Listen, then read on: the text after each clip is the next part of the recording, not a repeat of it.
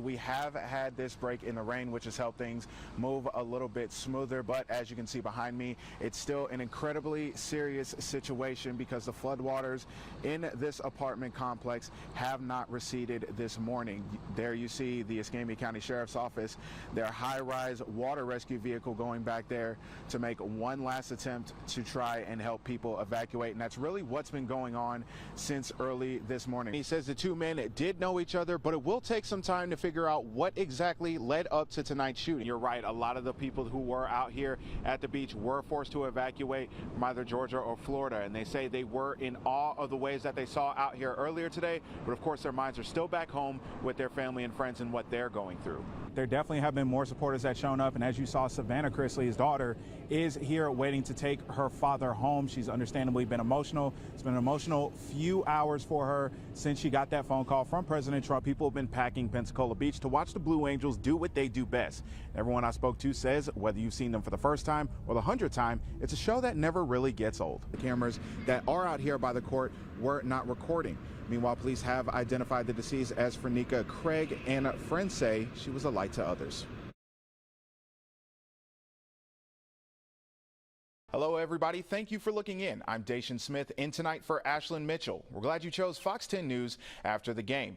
And we begin tonight with a fatal deputy-involved shooting in Okaloosa County. Could former Vice President Kamala Harris be plotting a comeback? That's the buzz happening among some in the political world.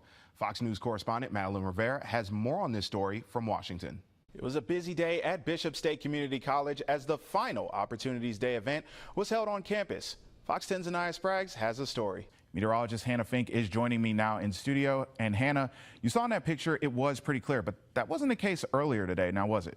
You saw in that shot right there, it looks like it's a pretty good night. It was also a pretty good day out for everybody to get out and enjoy it, right? Pine Forest grad and Seattle Seahawks star Devin Witherspoon was back at his alma mater this morning to spend some time with his community and set some of them up with a head start for the upcoming school year. Earlier this week, the Mobile Area Water and Sewer Board approved a resolution to reopen Big Creek Lake, but only in a limited capacity, a decision that's been met with a lot of pushback. In February, Moz announced they would close the lake permanently to all recreational boating and fishing. Oh my God, they better run. This video shows the intense moments when agents with the Gulf of America Homeland Security Task Force came running onto the construction site for the new Loxley Elementary School. They is not FBI agents. Nah, they're covering their faces. This video was sent to us by Irv Balanoff, who was working on site and says everyone was about to go on break when this all started just before 9 o'clock this morning. They started running out to the fields, but then the four-wheelers came out into the fields, and people are running out in the fields, and they start running back to the school because that's the only place they could hide. They started jumping in the roofs, they're climbing around in the attics and stuff. So ICE agents followed them up there, and one of them fell through the roof on the drywall, chasing them through that because he didn't know to step on the beams and wouldn't support his weight, so he came crashing down. My God, they on four-wheelers and Balanoff says the chase lasted for quite some time. At one point, he says he was confronted by one of the agents himself. One of them came up to me and asked me where I was from, and I'm like, I'm from Silver Hill, Alabama, my whole life. Like, I'm Asian. Balanoff says the gates were blocked off and a helicopter flew overhead while agents took off on foot and on four-wheelers. He says he had only been on site for about 3 weeks and only knew one person who was arrested, but he says it took agents a while to catch him. He climbed up in the roof and went all the way to the other side of the school, so they're all up there looking for him. It took like 30 extra minutes to get him. FBI Mobile says 11 people in total were arrested. Many of the workers on site are documented workers and were not arrested. But Balanoff says he was still shocked over what happened. I honestly was like, we're building a school. You know what I mean? We're not criminals or anything. I'm going to say that the cause of death was not attributed directly to the actions of the police officer. That update from Mobile Chief of Staff James Barber came during today's City Council meeting. This is my first time hearing this, and I don't agree with what they're saying, if that makes any sense. My son would be alive had they not went to his car, approaching him anyway. Juwan Dallas's family surprised by Barber's comments. Say no more. Show the video. Say no more. Show the video. Since July, the family and other community members have asked about seeing the body camera video of the deadly encounter with a Mobile police officer. Dallas was tased twice during a struggle. It's driving a hole in our whole family. Why can't we get accountability for our son.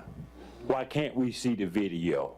Why can't we see the autopsy? Chief of Staff Barber says under the Grand Jury Secrecy Act, the body camera video can't be shown to the family until the grand jury finishes its investigation. Mobile Police Chief Paul Prine listened to the speakers and took questions from the council, including what happened to the officers who encountered Dallas. Those officers are not a threat to the community based on the facts and irrespective to emotion, and they are back in the field and they are working and they are being heard.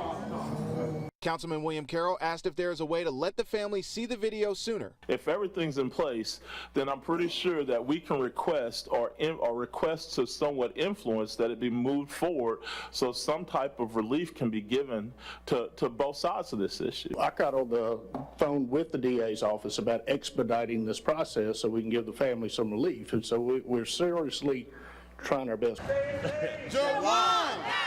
After the meeting, members of the community marched to Mardi Gras Park with Dallas's family for a short rally and prayer vigil. Not only we won a victory today in terms of getting a city council letter, in terms of getting 1 ounce of truth and an admission from the chief, but it also lets us know we can't stop.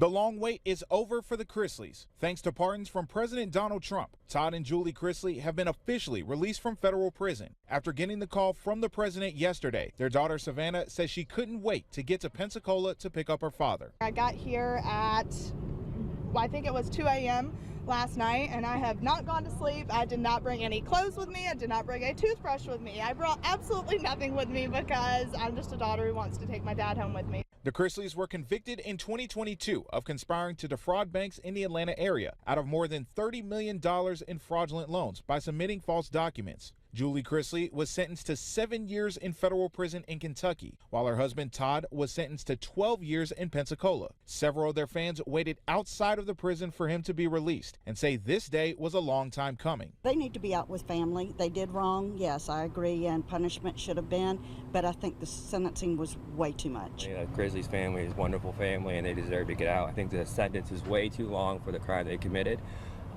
Just happy to see them get out. I think that they did plenty of time and they're ready to get home to their family. Thank you. Of course. Before being reunited with her father, Savannah was emotional while speaking to fans that have supported her family. For all the individuals that are here that have supported my family, thank you. We're so happy. Thank you. Just the people that have shown up here today. I know there's people at my mom's place. Savannah says her brother Grayson went to pick up their mom in Kentucky before meeting up in Nashville as soon as possible. Their 29th wedding anniversary was on May 25th. So we're only a few days out from that. So when they reunite, we're going to celebrate anniversaries, birthdays, Christmases.